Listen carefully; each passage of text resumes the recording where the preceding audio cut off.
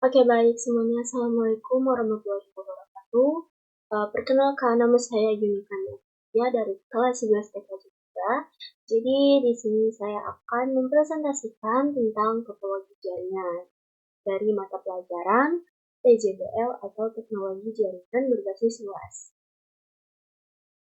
Oke, jadi yang pertama di sini ada konsep topologi jaringan. Nah, topologi jaringan komputer adalah metode atau cara yang digunakan agar bisa menghubungkan satu komputer dengan komputer lainnya. Struktur atau jaringan yang digunakan untuk menghubungkan satu komputer dengan komputer lainnya bisa dengan menggunakan kabel ataupun nirkabel alias tanpa kabel. Kemudian di sebelahnya ini ada pengertian dari topologi jaringan. Ya, topologi jaringan adalah suatu teknik untuk menghubungkan komputer yang satu dengan komputer lainnya yang merangkai menjadi sebuah jaringan di mana penggunaan topologi jaringan didasarkan pada biaya, kecepatan, akses data, ukuran, maupun tingkat konektivitas yang akan mempengaruhi kualitas maupun efisiensi suatu jaringan. Nah, selanjutnya ada fungsi topologi jaringan. Nah, topologi jaringan komputer itu punya fungsi untuk mengetahui bagaimana masing-masing komputer dalam jaringan komputer dapat saling berkomunikasi satu sama lain. Masing-masing koneksi dalam jaringan komputer dapat saling berkomunikasi satu sama lain. Terus, ada juga faktor-faktor pemilihan dari topologi, bisa dilihat dari biaya, kecepatan, lingkungan, ukuran, dan juga konektivitas. Nah, topologi jaringan juga memiliki manfaat. Jadi yang pertama, manfaatnya itu yang adalah sebagai arah jalur internet menjadi jelas. Jadi memudahkan network engineer untuk melakukan sebuah konfigurasi. Yang kedua, dapat meminimalisir biaya instalasi jaringan karena semua sudah dihitung dengan matang dan dalam topologi jaringan. Jadi, minim kemungkinan perangkat kelebihan maupun kurang. Nah, yang ketiga itu memudahkan dalam maintenance maupun update sisi network engineer karena semua telah diatur dengan rinci. Pemberian label di setiap kabel juga menjadi nilai plus. Yang keempat, penggunaan menjadi sangat mudah di sisi user karena semua bisa saling berkomunikasi dengan baik. Nah, selanjutnya ada jenis dan karakteristik dari topologi jaringan. Itu terbagi jadi dua. Ada topologi fisik dan topologi logis. Topologi fisik adalah bentuk fisik dari tata letak kabel yang terlihat dengan jelas dan tidak abstrak. Ia mengacu pada koneksi fisik, interkoneksi antara node, jaringan kabel, dan lain sebagainya. Itu ada dua. Yang pertama, point-to-point connection. Di sini koneksi antara dua perangkat terjadi melalui satu kabel atau wireless. Terus yang kedua, ada multi-point connection. Ini merujuk pada beberapa perangkat yang terlibat dalam koneksi multi-point pada beberapa perangkat yang memiliki nomor khusus unik untuk mengidentifikasi satu sama lain. Nah, sedangkan topologi logis adalah topologi jaringan yang cenderung lebih abstrak dan strategis, yang mengacu pada pemahaman konseptual tentang bagaimana jaringan diatur dan bagaimana data bergerak darinya. Nah, ini ada pembagian dari topologi. Yang pertama di sini kita bahas adalah topologi bus. Topologi bus adalah topologi jaringan yang lebih sederhana. Umumnya topologi ini dilakukan pada instalasi jaringan berbasis kabel koaksial yang menggunakan kabel koaksial pada sepanjang node klien dan konektor. Jenis konektor yang digunakan adalah BNC, terminator, dan TBNC. Nah, topologi bus, kekurangannya itu yang pertama sering terjadi tabrakan arus data. Yang kedua, proses pengiriman dan penerimaan data kurang efisien. Yang ketiga, yang lama itu sulit untuk dikembangkan versi lamanya. Terus yang keempat, jika ada masalah pada kabel misalnya terputus, maka komputer workstation akan terganggu. Tapi topologi bus juga punya kelebihan. Yang pertama, penambahan klien atau workstation baru mudah dilakukan. Kedua, mudah digunakan dan sangat sederhana. Yang ketiga, biaya instalasi murah karena kabel yang digunakan sedikit.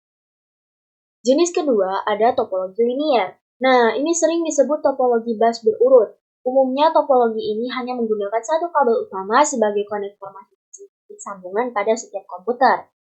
Kekurangannya hanya dua, yaitu kepadatan trafik data cukup tinggi dan keamanan data tidak terjamin. Tetapi kelebihannya itu di antara lain ada mudah dikembangkan, penggunaan kabel sedikit, tata letak teknologi linear sederhana dan mudah, topologi ini tidak membutuhkan kendali sentral.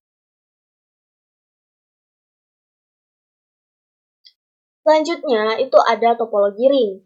Nah, pengertiannya sendiri ini topologi ring itu sering disebut topologi cincin, yaitu jenis topologi jaringan yang digunakan untuk menghubungkan sebuah komputer dengan komputer lainnya dalam sebuah rangkaian yang berbentuk melingkar seperti cincin.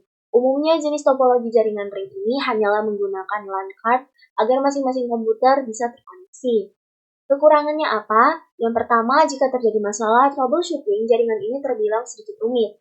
Terus ada sangat rentan terjadi tabrakan arus data. Jika salah satu koneksi bermasalah, koneksi pada jaringan akan terputus. Tapi kelebihannya ialah biaya instalasinya murah, performa koneksi cukup baik, proses instalasi dan konfigurasi cukup mudah, implementasinya mudah dilakukan. Nah, selanjutnya lagi itu ada topologi star.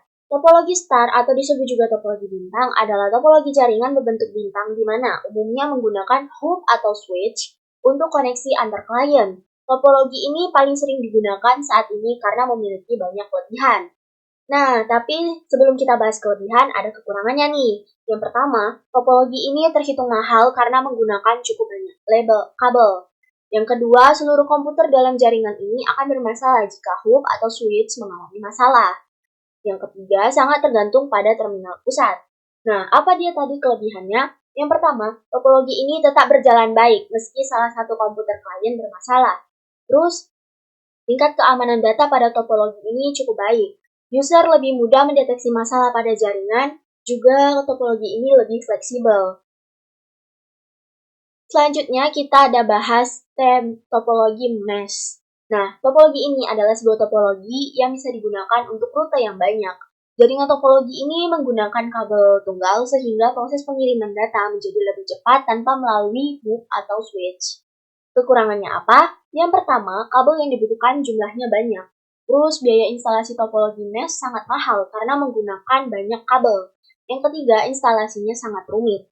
Nah, kelebihannya apa? Yang pertama, bandwidth limitnya cukup besar. Security data pada topologi ini sangat baik. Yang ketiga, tidak terjadi tabrakan arus data karena jalur pengiriman data sangat banyak. Selanjutnya, ada topologi tree. Topologi tree atau topologi pohon adalah hasil penggabungan dari topologi bus dan topologi star. Umumnya topologi tree ini digunakan untuk interkoneksi antar hierarki dengan pusat yang berbeda-beda. Kekurangannya apa? Yang pertama, memiliki kinerja jaringan yang lambat. Kedua, penggunaan kabel yang sangat banyak sehingga biaya instalasinya itu mahal.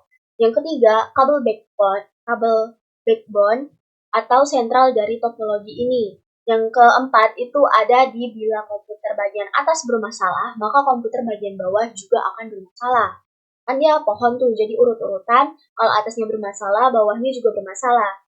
Nah, di sini ada dua kelebihannya. Yang pertama, dapat dan mudah dikembangkan menjadi topologi jaringan yang luas. Yang kedua, susunan topologi ini terpusat secara hierarki sehingga pengaturan data menjadi lebih mudah. Nah, ini yang terakhir ada topologi hybrid. Topologi hybrid adalah gabungan dari beberapa topologi yang berbeda dan membentuk jaringan baru. Dengan kata lain, jika ada dua atau lebih topologi yang berbeda terhubung dalam satu jaringan, maka topologi tersebut akan membentuk topologi hybrid. Apa kekurangannya? Proses instalasi dan pengaturannya cukup rumit, karena kan digabung-gabung ya. Terus, manajemen topologi hybrid juga sangat sulit dilakukan. Biaya untuk membuat topologi ini tentunya cukup mahal ya, karena biar gimana pun topologi hybrid ini kan gabungan. Jadi masing-masing itu tergantung lah topologi apa yang digabung. Nah, untuk kelebihannya sendiri itu ada dua. Yang pertama bersifat fleksibel. Yang kedua, penambahan koneksi lain pada topologi ini menjadi sangat mudah. Nah, ini ada gambar dari masing-masing topologi yang kita bahas sebelumnya. Oke, di sini selanjutnya tuh ada gambar. Yang pertama ada topologi ring yang bentuknya bulat kayak cincin itu yang ada 4 komputer. Yang kedua ada gambar topologi bus. Itu persis kayak kita lagi di bus, jadi dia ada di depan belakang seling-seling. Terus ada topologi mesh. Di sini contoh gambarnya ada 3 di kanan, 3 di kiri, 1 di tengah yang saling terhubung. Terus yang ketutupan itu adalah contoh dari topologi hybrid, yaitu gabungan dari beberapa topologi yang ada. Terus di bawah ini yang warna hijau itu ada topologi tree. Jadi itu topologi pohon, dia bentuknya udah pasti kayak pohon dari atas ke bawah-bawah gitu ya. Sebelahnya ada topologi linear, bisa dilihat sendiri gambarnya seperti apa. Terus yang terakhir ada topologi star, yang dia bentukan polanya itu persis kayak bintang. Oke, udah sampai di penghujung presentasi saya. Sekian dan terima kasih. Saya mohon maaf apabila terdapat kesalahan dalam berkata-kata. Dan semoga bermanfaat buat kita semua. Wassalamualaikum warahmatullahi wabarakatuh. Terima kasih. Bye-bye.